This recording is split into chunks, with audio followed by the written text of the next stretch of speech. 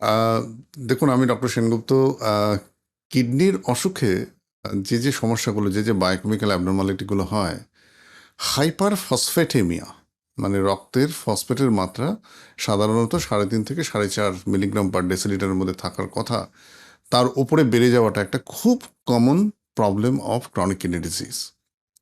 এবং এই হাইপার ফসফেটেমিয়ার বেশ কিছু হেলথ রিস্ক রয়েছে। হাইপার ফসফেটেমিয়া হলে কার্ডিওভাস্কুলার কমপ্লিকেশনস বাড়ে।